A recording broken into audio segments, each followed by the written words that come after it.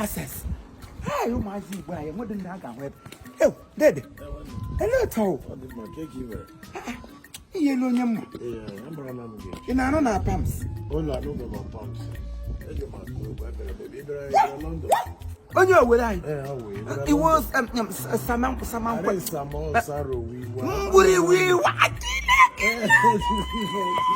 Not I'm surprised you guys more more. Oh, but I won't more.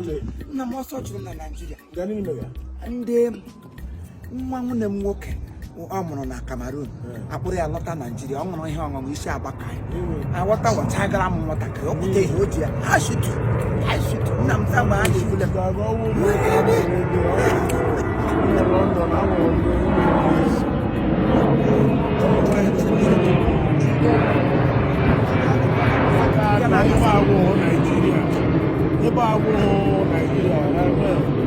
I don't go out no guy to feed no. Get not to carry a bomb. I'm going to the way and a better man. Can Nigeria that the bomb? Can they let Hannah feel the bomb was and make a happy. You won't have a happy way. Okay, no, I'm a flag in there. Oh, ain't no bed. You look my bed. Oh, my bed.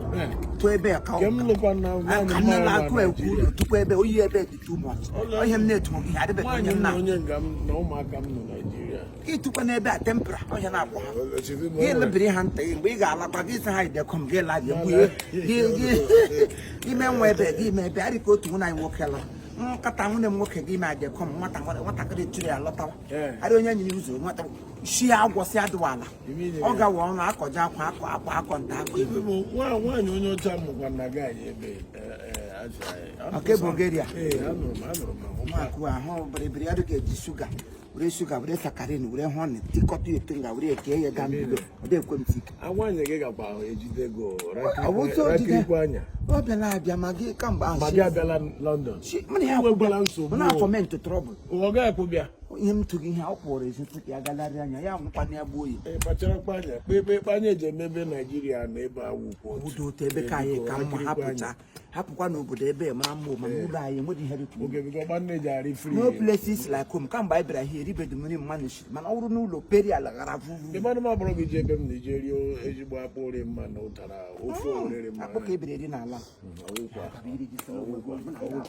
ngwa na emecha na bye bye na blood wepi aka na ebia kwara biti gem akpom shini apụta m lakpo ha na akpọ ka brain kposhikọrọ ya nga okposhifro ọchụkwụpụkwa go Tita na isi dem ke kpọrọ m ka nka na-ere moto ma ọ nga na-enye ego eliza awa akpọ dị mkpa bịara township ya ka akọ ka akpọ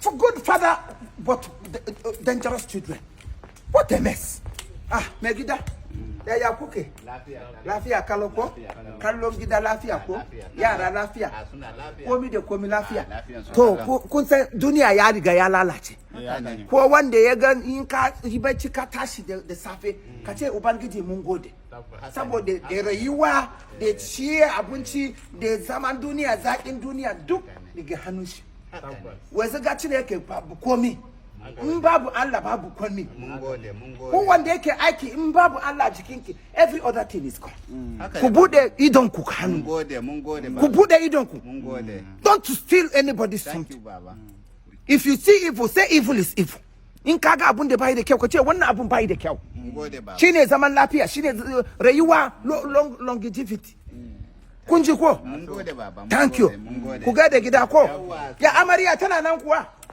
tana nan suna lafiya oh lafiya su kallo to a ga da gida ko in kaga yara su ce ku ce musu Chief Imo ya wuce ko kun san sunana ko Chief Imo not Igbo Chief Imo good sanunku Salisu ko menene sunan ka Salisu sanuko ni kuma ni Chief Imo ne Chief Imo lafiya gida ne baba yawa nan wajen aikin ka ne hotel ne ko gida ne gidan mutum ne nan gidan mutum ne la ilaha illallah gidan mutum kai mutane suna da kudi gashi ana neman kudi a ce babu kudi a Nigeria babu kudi a nan ba akwai kudi ba mutum yayi wannan ba Wannan gunki ne yayi gidan nan. Mutum ne yayi kudin da mai ai ginin nan da shi daga Nigeria aka kawo. Daga Nigeria ne. A dinga ta. To shi kenan. Allah ya ba mu zaman lafiya. Ya ba mu dogon rayuwa. Ya ba mu girkin mu kwana mu tashi. Mu hawo mu sauka. Mu ci mu koshi. Mu samu kuma mu bayar. Haka ne. Allah ya ba mu nasara. To wannan kuma hotel ne ko? Gidan mutum. Mutum wannan ranu. An ma da na cin hindi na hin dogo. Na ma da jego ya no ulo ma lo. Onye no no ulo no na elo wa. Na eli gwo no na parada. We need gwe prato. Cream map front and back everywhere. But there is a problem somewhere. Because if as beautiful as this girl is, she have no boyfriend, she have no suitor, she have no what is it called? She have no fiancé. Something is wrong. A girl as beautiful as this supposed to have like 10 people lining up, dragging her. Francis Nabia, Chinoso Nabia, Promise Nabia, Waba Nabia, Lua boy, Corona line. People will line up and not drag her. She got a do guy who will I select. This car will drop her, another car will pick her. But look at her, she's still the worker. Her slipper step, the knack band. The word. Because of what? She have nothing to offer. Now. Can we mingle? Yes, I do. Hey! She have no choice. If she can accept somebody like me, though a man is always a man, okay, whether tomorrow or next. But at least let her be a little refuser. Let her be a little insult. That is what women are known of. Insult me small. Say, come on, you're not my class. Damn it. Oh, come on. How can you look a beautiful girl like me? You want me to go with you, a papa? That means she is a girl with no choice. That has caused a lot of problem in the life of young people today. They don't have a choice.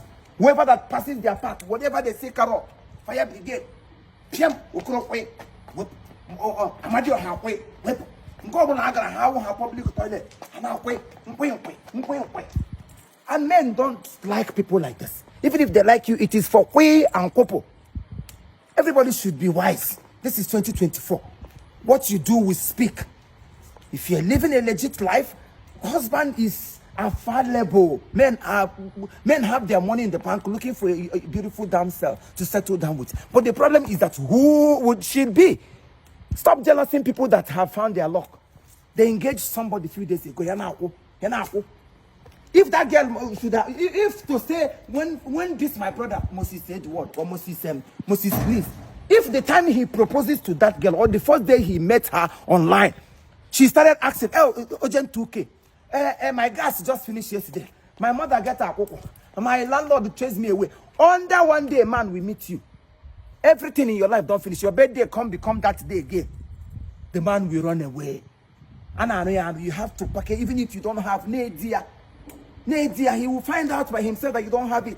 He will value you and cherish you the more. Daddy, where they